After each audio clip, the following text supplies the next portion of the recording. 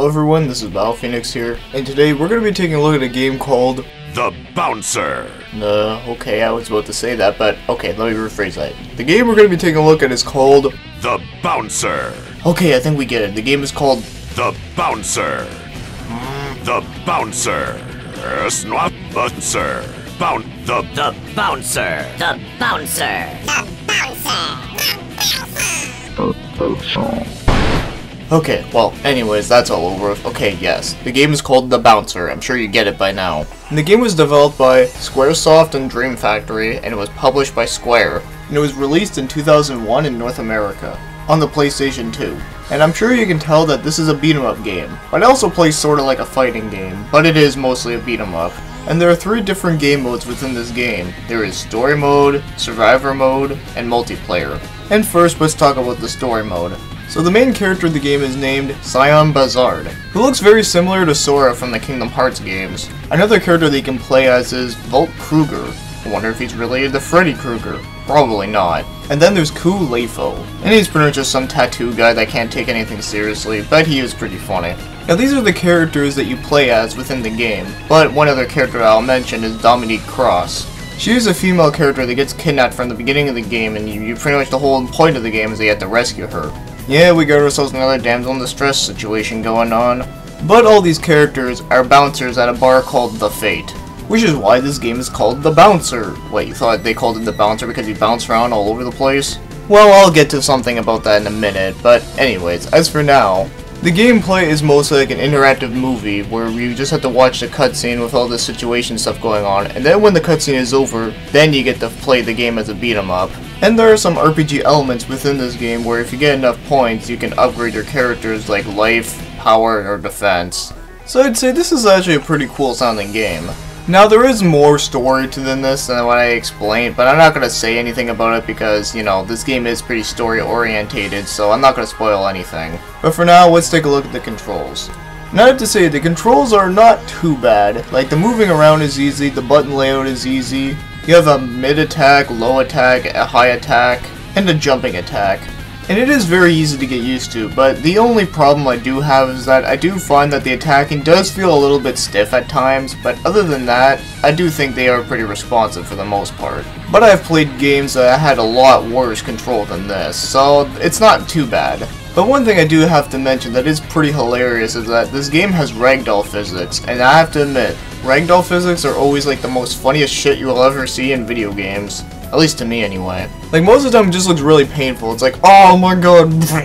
And because of that, that is why I find the fighting in this game to be very amusing. But overall, I do think the controls are alright, just like I said. Only one thing is a little bit iffy, but other than that, it's fine. Now something else I should mention that I mentioned already before was Survivor Mode. And all you have to do here is just survive through a wave of enemies, and they get harder and harder each time. So there's not a whole lot I can say about that. Although your health meter does not recover, now I know you'd probably be thinking that I'm going to bitch about that, but considering that this is supposed to be Survivor Mode, it's completely okay. And then there's Multiplayer, which this is where you and your friends can play 4 players, one of the very first games on the PS2 to use the multi-attachment. And I have to say, the multiplayer in this game is pretty damn fun. You can play it by yourself, or you can play with friends against the computers. And this is the mode where it plays more like a fighting game and less of a beat-em-up, but it still has that style of a beat-em-up, and all I have to say is that it's pretty damn fun. Now let's move on to graphical terms, and I have to say, the graphics for this game are pretty good for its time. Now they may not be like the best you'll ever see on the PS2, but they are still pretty nice looking, and I do like the art style on it. Then again, the artist who did this is Tatsuya Nomura, who is mostly known for doing the art styles in Final Fantasy games, which I'm always a big favor of those.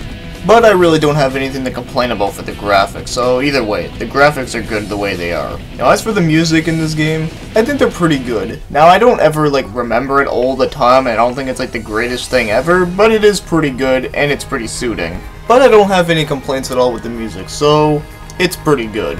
And now as for the voice acting in this game, it's okay. Now it's not terrible, but it's not really amazing either. And the voice acting for Sion is Paul Stefan, and I don't really know him in many things, so I can't really say much, but in this game he just does an okay job. And the voice for Volt is Michael Gregory. The only thing I know that he plays a role in is that he plays some random people within Cowboy Bebop. And the voice of Kulepo is Steve Blum, who is probably the best voice actor within this game, at least to me anyway. And finally, I'll mention the voice for Dominique Cross is Bridget Hoffman. Personally, I think she's a pretty underrated voice actor, but she hasn't got very many roles recently, but I know the one role that I do remember her in the most is Cosmos from Xenosaga. But yeah, overall, as I said before, the voice acting is just okay. But there are some pretty good ones, like I said, like Steve Blum and Bridget Hoffman are two of the main ones that I really do like. But Wendy Lee does play like a minor role within this game, but still, it's just alright.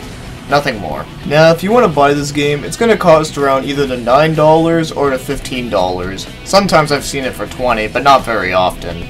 So I have to say, that's a pretty alright price. And I do not see it too often around my area, but I have seen it often enough that it's not really uncommon. But it shouldn't be too hard to find for a good price. Now, if I were to rate this game, I'd probably have to give it a 7 out of 10. It's a pretty good game, but the one downside is the stiff controls. If it wasn't for that, this game might even get an 8 out of 10, but who knows. But even if this game does have some flaws, it's still pretty good for what it is. But I do enjoy the story, and I enjoy some of the characters as well, but it is unfortunate to know that they never made a second one to this game. I know I myself would like to see another one at some point in time, but I kinda doubt it. But either way though, this game is still pretty good as its own, even if I have not beat the game yet, because there is one part I did get stuck on where I had to like beat the shit out of this guy named Master Mikado. Now I don't think he's like impossible to beat, but every time that I always die, it's just annoying to the fact that they don't give you a continue option. It just says game over, then it plays the intro again, and then you gotta load your save back up, and then you gotta watch the cutscene again, and then you can fight him.